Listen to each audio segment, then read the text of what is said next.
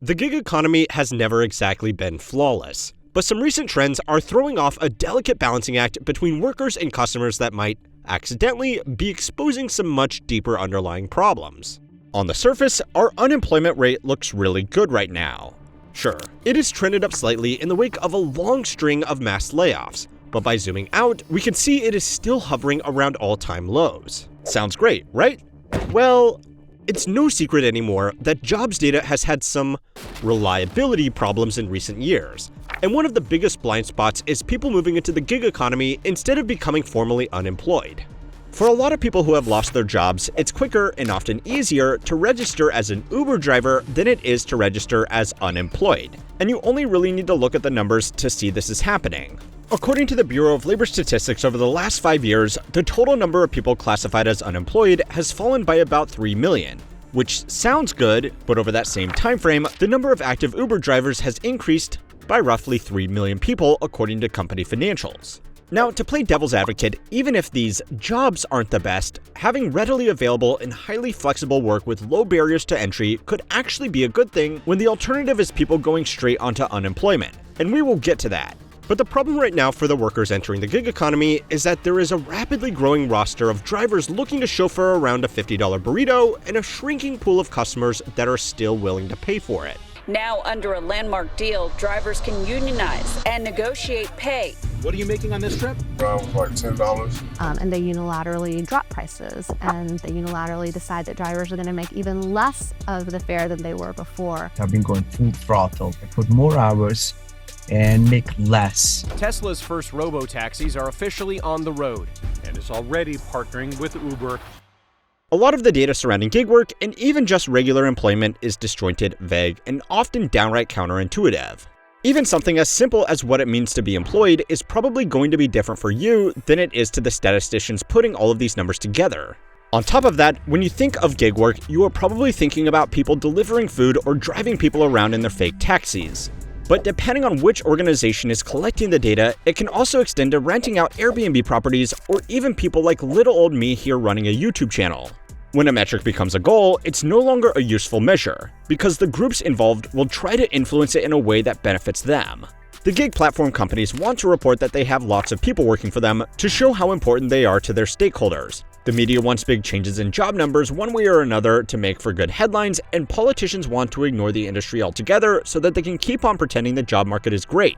This just adds additional murkiness to an already very messy collection of numbers, which can make it really hard to see what is happening to a majority of the workers in these jobs, which is, let's be honest, mostly people who couldn't find a better job elsewhere. So to unravel this all, there are really 3 components that need to be understood: the fundamental platform economics that have facilitated the growth of the gig economy, what these services have covered up in the job market, and what happens when they can't cover it up anymore. Now, that first point is really just about a balancing act. A platform like Uber Eats or DoorDash coordinates transactions between a service provider, the delivery driver, a goods provider, the restaurant, and a consumer, which is you poking at pictures of cheeseburgers on your phone at 11 p.m. If Uber Eats wants to make more money, it either needs to charge you more, pay their delivery drivers less, take a larger cut from the restaurant making the food, or just do more transactions in total. In the early days of these services, they were almost exclusively focused on that last point: expanding their user base. This meant that on any given transaction, they would actually pay more to the restaurant and delivery driver than they were taking off the customer, just to attract as many of these 3 onto their platform as possible. Back around 6 years ago, when these businesses were still blitzscaling, customers would get subsidized food that was often cheaper than ordering in person, restaurants would get generous revenue splits, and drivers were paid well above minimum wage even after accounting for their hidden costs. But these good times were all financed by burning venture capital dollars. Now, to play devil's advocate again, this is actually not that unusual when building out a marketplace. Customers won't spend money on the app if there are no restaurants to buy from, restaurants won't register on a platform that has no customers, and drivers won't make any money if there is no food to be delivered. So to get things started, the market maker usually does need to sweeten the deal in every direction. Nowadays, their mission has changed from growing the number of transactions to growing how much they make from those transactions. But how much they can push on each participant really depends on how hard they are to replace. All of these groups are still growing, but while total revenue from customers increased by around 35% in the last 2 years, the total number of active gig workers on the platform increased by around 80% over the same time period. This would mean that even if there were no changes in how this revenue was divided up, there is simply less money per driver even without considering inflation. But the real point here is that drivers have become the easiest group in this triangle to replace, so it's easier for Uber to cut costs from them without destabilizing their market. Now, I know that this is a lot of numbers to confirm what you probably already knew. Pay and conditions for the most common type of gig work is getting worse. But by understanding these numbers, you can see how this can very quickly become a dangerous feedback loop, especially if these customers can no longer justify spending twice as much on their food to have it hand-delivered across town. Now, maybe this could be written off as pure speculation from people who have spent too long looking at company financials, except for the fact that, in a lot of markets, it's already happening, and the results have not been pretty. So it's time to learn how money works to find out what happens when there is no room left in the gig economy. This video is sponsored by Cape, the privacy-first mobile carrier rethinking what secure phone service should look like. Cape gives you premium nationwide coverage without tracking, profiling, or selling your data. It was built by telecom and cybersecurity experts who wanted a carrier designed around privacy from the ground up. Most carriers collect personal information and hold onto your metadata for years. Cape doesn't ask for your name or address, and it automatically deletes call logs after 60 days. And because they run their own cloud-based 4G and 5G core network, your data stays under their control instead of being pushed through legacy systems full of vulnerabilities. The feature that really stands out is their SIM swap protection. Instead of relying on customer service reps or pins, your number is secured with a 24-word recovery phrase that only you control. There's no insider risk and no easy way for someone to hijack your number. It works more like protecting a digital asset wallet than dealing with a phone plan. Every plan also includes enhanced signaling protection to block surveillance attempts, encrypted voicemail, and the option to bundle Proton VPN Plus or Proton Unlimited for just $1, which rounds out a genuinely strong privacy setup. Cape is still in beta, but if you want to lock down your number and your privacy, visit cape.co/getcape and use code HowMoneyWorks33 for 33% off your first 6 months. Okay, so as the gig economy platforms are playing this little game, the perfect outcome for the company in the middle here, trying to maximize their own bottom line, would be a large group of people with a lot of disposable cash who are not very price sensitive, and an even bigger group of people over here without much negotiating power who just need whatever money they can get. And oh, would you look at that? It's a statistic you are probably all getting sick of hearing me repeat. The top 10% of households are now doing a record 50% of the spending, while the bottom 60% of households are doing a record low of just 20%. This growing divide is not great. But for a company like Uber, it's been a golden opportunity to squeeze more money for a worse service out of customers while simultaneously squeezing more service for less money out of its contractors. Also, let's be honest with ourselves. A lot of that gap is being bridged by pushing for tips harder as well. For the first 3 years of the company, they didn't even have a direct tipping option because the company itself called the practice tacky.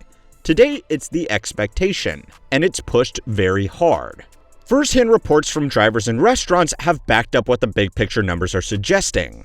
A lot of locations are doing record volumes of deliveries, but individual drivers are finding it increasingly hard to find consistent deliveries or rides, which means they can spend hours a day just waiting for an opportunity to work. When they do get jobs, it's clear that the platform is taking a larger share of the pie. Like this example of a $64 ride here in LA, paying out just $12.43 to the driver. Of course, this is just one example, but it is a pretty damning one. Another factor that has allowed these companies to squeeze harder from every direction is interest rates. For a while, competition was actually quite fierce in the delivery gig workspace as dozens of regional startups tried to take market share away from the primary players. Today, most of them have either become the incumbents, been acquired by the incumbents, or they have gone out of business. The blitzscaling business model of burning billions of investor dollars until cementing market share only really worked in a low interest rate environment where it didn't cost much to just keep on piling in more cash.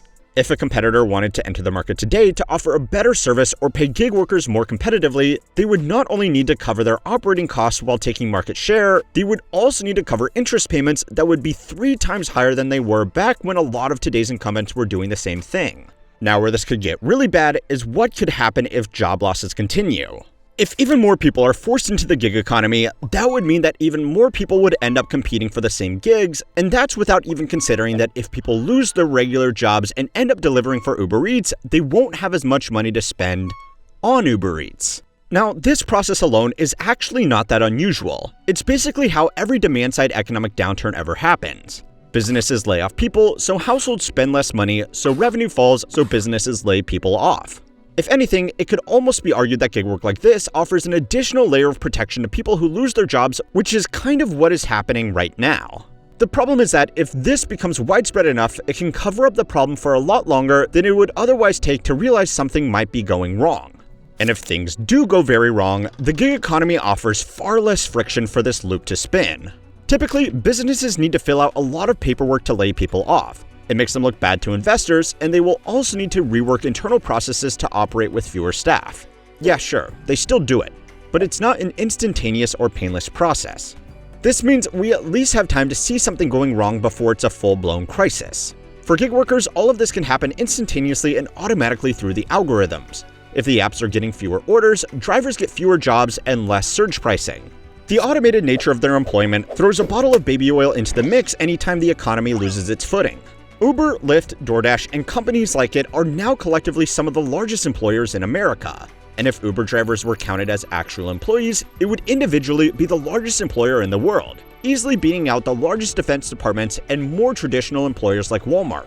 This is also just counting the people working in the largest and most obvious sectors of the gig economy. We have covered the story before, but starting around 5 years ago, there was a massive increase in the number of new businesses being registered in America. Now, spoiler alert, this was not because people suddenly became more entrepreneurial.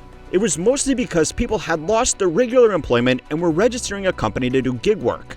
Fiverr, Etsy, Amazon Flex, and the naughtier platforms also saw a massive uptick in people selling their services. Even the number of videos uploaded to YouTube expanded significantly at this time, according to research published in the Journal of Quantitative Description, as people were looking for new ways to make money. And yes, this was just counting long-form content, as short-form would have skewed the results.